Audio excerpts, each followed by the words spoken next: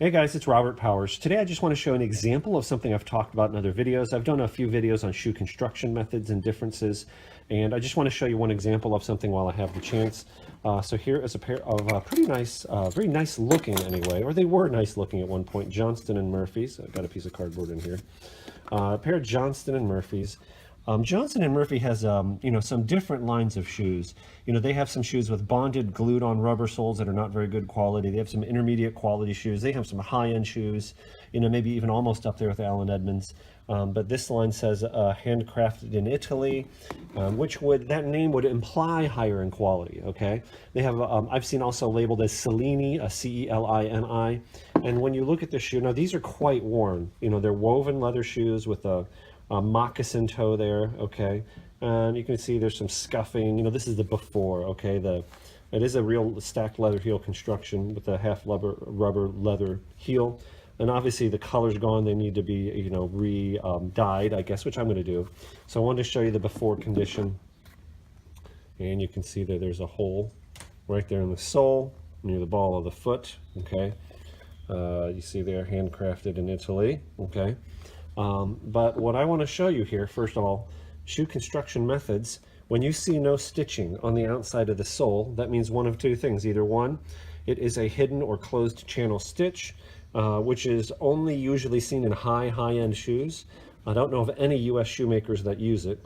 Or it's a glued-on sole, and in this case, this is glued on. And the reason we know that, let's go to this shoe, because it's peeling off, okay? So what's interesting here, though, is it's actually two layers, and you can see this upper layer, the upper layer of the leather, and I don't know for sure, but I think this layer might go all the way across the shoe, is stitched. Okay, if we look inside the shoe, down there in the toe box, you see there's the top half of those stitching. So it looks like they stitch on but you see how thin that is, because when you first look at it, it appears as if that's the thickness of the sole.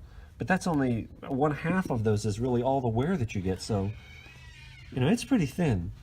I am not a professional cobbler, but a repair method that I think I'm going to try to use with these should go to a cobbler is really what should happen. And this side over here has a small hole in it there. These shoes, I know the owner of these shoes. One of my friends has been wearing these, I would guess, once a week. He's not wearing them all the time. Definitely not any more than twice a week. So I'd say once a week. In the wet weather, probably there's some weeks where he doesn't wear them at all, because, we live where it's wet a lot of the, from October to, like March, it's very wet. And they're probably less than 2 years old, okay? So he really didn't get very much wear out of them, to be frank. But I think what I'm going to try to do here, and I'll show you in stages, is that hole needs to be covered. The part that has come unglued obviously needs to be re-glued, and then I'm going to put some half rubbers over them. So I'll show you this in stages. Okay, I'll be back. Okay, I've got glue on it, and this is Weldwood contact cement. I don't know what professionals use, but I've been using this for a few years, and it works really well. And contact cement, so I've got it on both sides there. It's very super sticky, but you have to put it on and actually let the contact cement set up, believe it or not, before you adhere the two pieces together. So that's setting up. I'm going to leave it there for probably 10 or 15 minutes. Okay, so what I have here, I wish I had some black. This isn't going to show, so it really doesn't matter. This is RTV. This is really not the proper way to do this. It would probably cost, from what me having shoes resold before, I don't even know if this could be resold, because it's bonded, but 60, 70 bucks or something. But anyway, this isn't going to cost me anything, because everything here I'm using, well, it'll cost me about $3. I have this stuff at home, but I'm just going to fill in the holes with this stuff before I bond on a half sole, protective half sole. Okay, this was the edge that came apart, so the glue tacked up, pressed it on there really firmly by hand, and then just covered over that hole with the silicone. Again, this is not the proper way to repair this, and I understand that. This is definitely not a repair that I would ever charge anybody for. Okay, just like there's some techniques you could use on repairing a car at home that are going to work, buy you some time, versus if you were a professional restorer, you couldn't use the same techniques. Okay, so anyway, we'll see the next step here. We're going to put some, I'm going to sand this down to prepare the edges of the soles. What I want is, I don't want like here the tip where it's rounded. I want the edge as square as possible before gluing on a rubber half sole. I'll show you that next. Okay, so here is the rubber protective half sole. Okay. Goodyear Neolite. And then the logo, the Johnston Murphy logo, is right under here, which I want to kind of save, I guess, okay? So this is going to cover from there to there. You can see it's obviously way too big, but what I've done, you can see I've made a notch, I guess you'd say. Okay, I'll show you how I'm going to do that so that it's basically, it will come out almost flush. Okay, there goes nothing. I'm going to start almost all the way at the edge, not quite.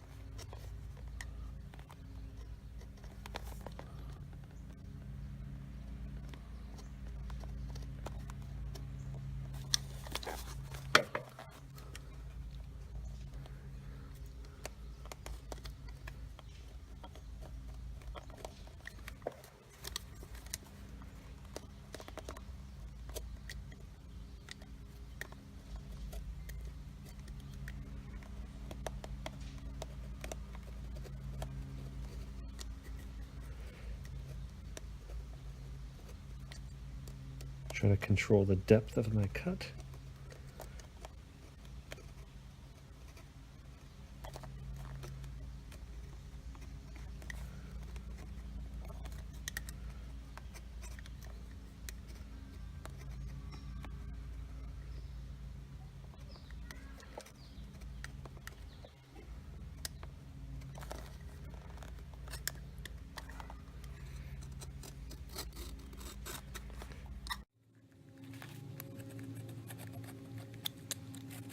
Two cuts hopefully should meet here.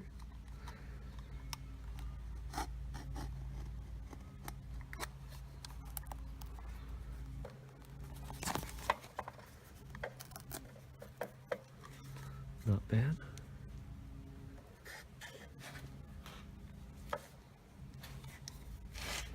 Take a little more off.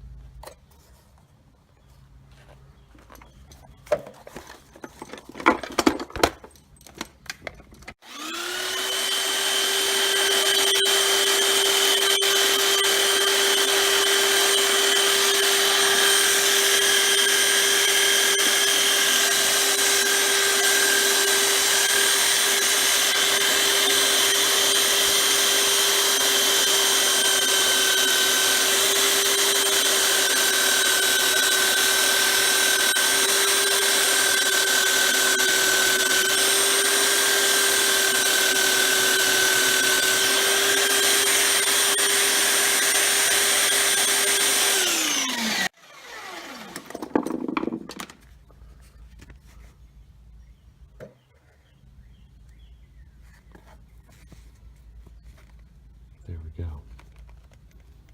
Now, one other thing I'm going to do here, because these protective half soles are so much bigger than the shoe, I'm going to basically just trace around them. My objective here is to get the word Goodyear and the size, I guess it doesn't matter, but you know, kind of get those both on the shoe. So I'm just going to place that there, and I'm not going to trim it. You trim them afterwards, but so this is so that I don't waste glue. Okay.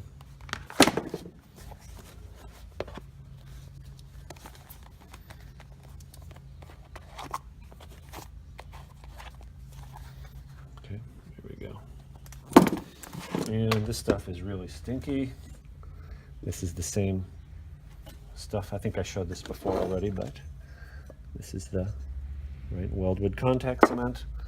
Use this liberally. I'm going to try to keep it off my hands. Use this in a well-ventilated area. Stuff's like seriously horribly stinky. It's not good. Don't breathe it. Get all the dirt off of this before you start putting it on. Would be smarter. Okay.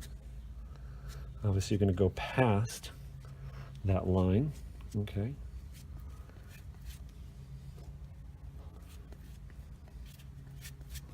You got to work pretty quickly.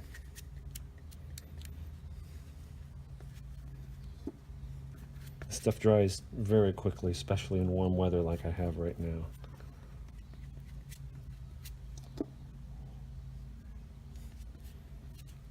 And like I said, you want to go, you know, maybe 1/4 inch at least, 1/4 inch past that line. And another key area you want to make sure and get really good coverage is right here at the edge. If it does peel off, it's going to peel off at the edge. Okay.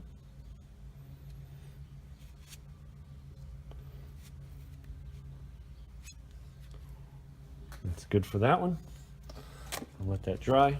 And that is the, okay, so I'm going to do the same shoe. That one is for the left shoe, so I'm going to do the left sole.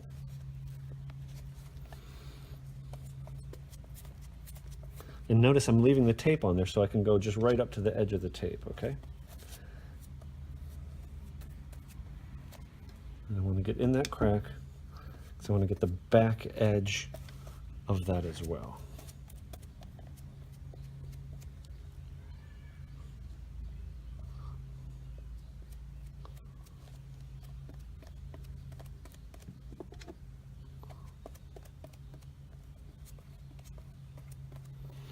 And some leathers I've noticed when I do this will seem to absorb this rubber cement, and you can tell by the surface texture.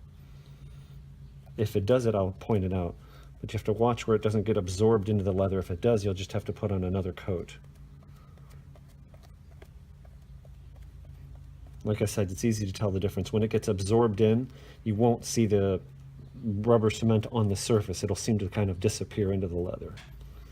I'm guessing just because some leathers are more porous than others. And you got to get up to the edge. And notice I sanded the edges of this to try to square them up a little bit. And I'm going to do another layer here where the sole, at the back of the edge of the sole, because that's a very critical area. That's good. I'm going to let that dry.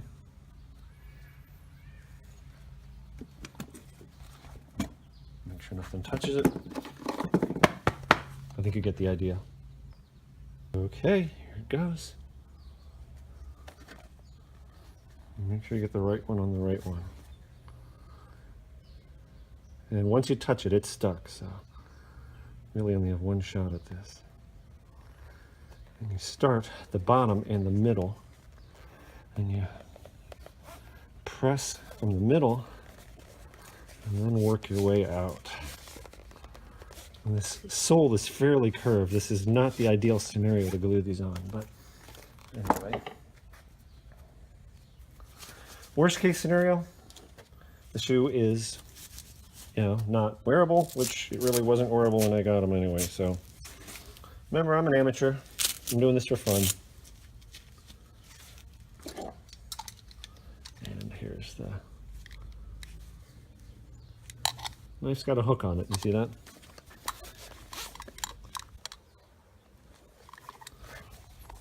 There's a fly in my garage here. It's ticking me off. Okay, I'm going to focus on doing this. You know, it's very difficult to do this and focus on a video at the same time, so, but I will do my best. The angle that you hold the knife at is very, very, very critical. This is really not easy. It took me a while before I got decent at this. You need a nice, sharp knife. That hook at the front definitely helps to guide. Can't really do this with just a straight knife. And the angle you hold this thing at gets even more critical when you get around the toe.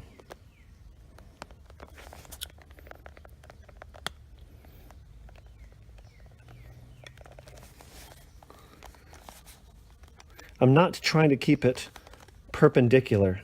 I'm not trying to keep it 90 degrees, okay, to the sole edge.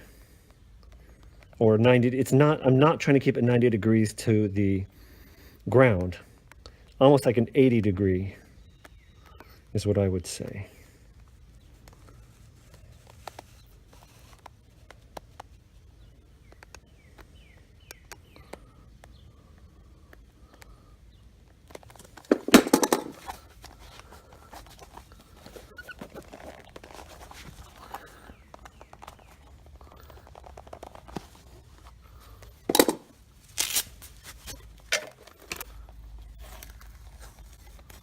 Oh, not too shabby.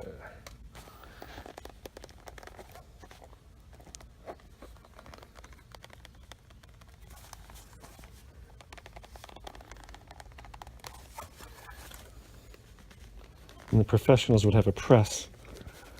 They'd press this down on, but that does not look too bad at all.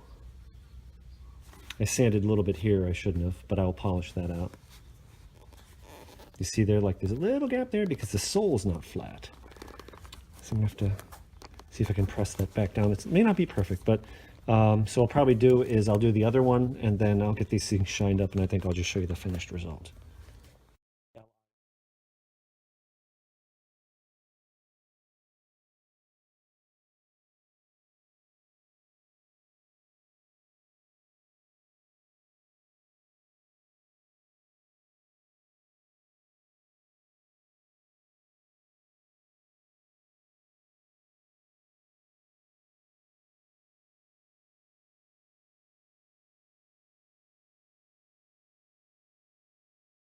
Okay, here's the finished result. And polished them up. Stained the edges of the heels there. Got something on that right there. Oh well. I got a little something there, but kept the Johnston Murphy logo. And it's not completely, flat there. I didn't have enough leather thickness to cut it in, all the way, but it's a little more flush. The edges don't look too bad. Right? And again, I'm not a professional. I put new heel taps on there. Don't flame me too bad, guys. I know these really should have been resold, but I don't think the owner was, really wanted to go that far with them. And it took me, I don't know, a couple hours total to do this, but this is for fun. I'm not doing this for an income.